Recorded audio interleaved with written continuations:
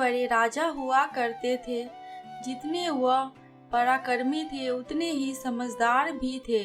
उन्होंने अपने दरबार में कई ज्ञानी लोगों को अच्छे ओहदे दे रखे थे। वह सबका काफी सम्मान करते थे, लेकिन इन सब में जिनका वह सबसे ज्यादा सम्मान करते वह थे उनके राज्य के राजपुरोहित। राजा राजपुरोहित को कितना मान देते, इसका अंदाजा इसी बात से लगाया जा सकता है कि जब भी दरबार में राजपुरोहित प्रवेश करते तो राजा खुद खड़े होकर उनका स्वागत करते और तब तक खड़े ही रहते जब तक राजपुरोहित अपने आसन पर आकर बैठ न जाए। राजा अपने मन में उठ रहे सभी सवालों को राजपुरोहित से बेझिझक पूछ लिया करते थे। राजपुरोहित भी अपनी बुद्धि से उनका अच्छे से उत्तर दिया करते। एक दिन दरबार में राजा के मन में प्रश्न आया। उन्होंने राजपुरोहित से पूछ लिया, गुरुजी, एक सवाल मेरे मन में कई दिनों से घूम रहा है। अगर आप इजाजत दे तो पूछना चाहूँगा। आप हुक्म कीजिए महाराज, राजपुरोहित ने कहा। जैसे कि मैंने बताया, कई दिनों से यह सवाल मुझे परेशान कर रहा है।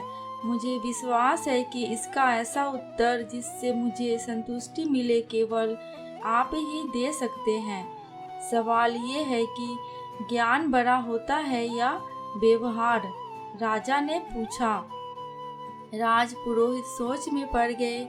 यह सवाल सच में मुश्किल था। ऐसा नहीं कि उन्हें इस सवाल का उत्तर नहीं मालूम था, लेकिन उसे कैसे राजा को सरल तरीके से समझाया जाए यह उनके समझ में नहीं आ रहा था। राजपुरोहित ने विनती कर राजा से कुछ दिनों की मोहलत मांग ली ताकि कोई ऐसा तरीका ढूंढ सके जिससे इस सवाल का उत्तर राजा को संतुष्ट कर पाए। दरबार खत्म हो गया। राजपुरोहित अपने घर वापस लौट गए। उस दिन से वो चिंता में रहने लगे। उन्हें समझ नहीं आ रहा था कि कैसे राजा के सवाल का उत्तर दिया जाए। 2 दिन 3 दिन बीत गए, लेकिन राजपुरोहित अभी भी इसी कशमकश में थे और वह ना अच्छे से सोते ना अच्छे से खा पी रहे थे। उनकी पत्नी ये सब देख रही थी। पत्नी ने राजपुरोहित से उनकी परेशानी का कारण पूछा।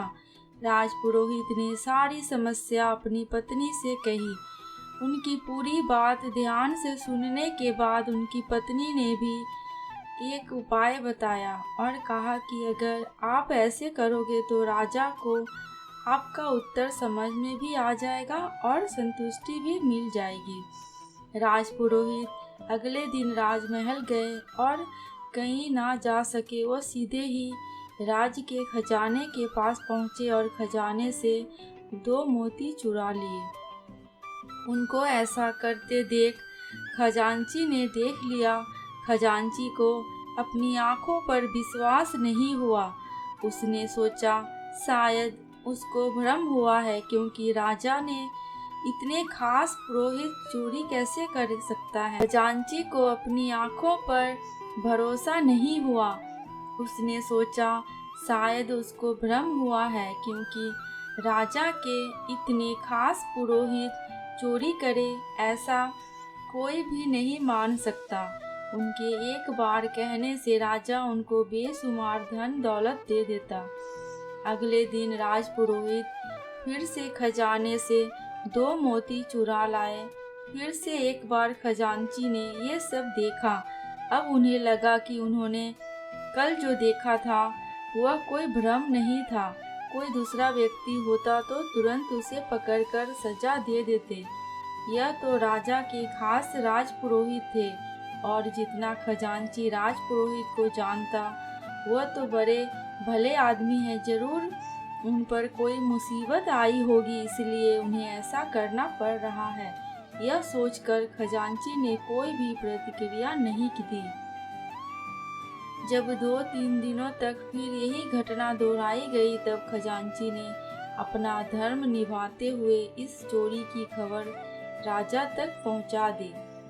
राजा को पहले तो बिल्कुल भी विश्वास नहीं हुआ, लेकिन खजांची ने जब पूरी बात बताई कि कैसे राजपुरोहित जी एक नहीं दो नहीं लेकिन पिछले 1 हफ्ते से खजाने से मोतियों की चोरी कर रहे हैं, इस बात को खजांची ने इतना जोर देकर और कसम खाकर कहा कि राजा को भी अब उसकी बातों पर विश्वास हो गया। अगले दिन जब राजपुरोहित दरबार में आया तब राजा ने ना ही उनका स्वागत किया, ना ही अपनी जगह से खड़े हुए। राजा ने राजपुरोहित से पूछा, क्या आप खजाने से मोतियों की चोरी कर रहे हैं? राजपुरोहित ने कहा हाँ, और सारे मोती राजा के सामने रखते हुए कहा कि लीजिए ये सारे मोती जो मैंने चुराए हैं। राजपुरोहित का ऐसा व्यवहार देखकर राजा के साथ दरबार में बैठे सभी लोग आश्चर्यचकित थे। राजा ने राजपुरोहित से कहा, अगर आपको ये मोती लौटाने ही थे तो आपने चुराए ही क्यों? राजपुरोहित ने राजा की माफी मांगते हुए कहा कि महाराज, मैं चोर नहीं हूँ।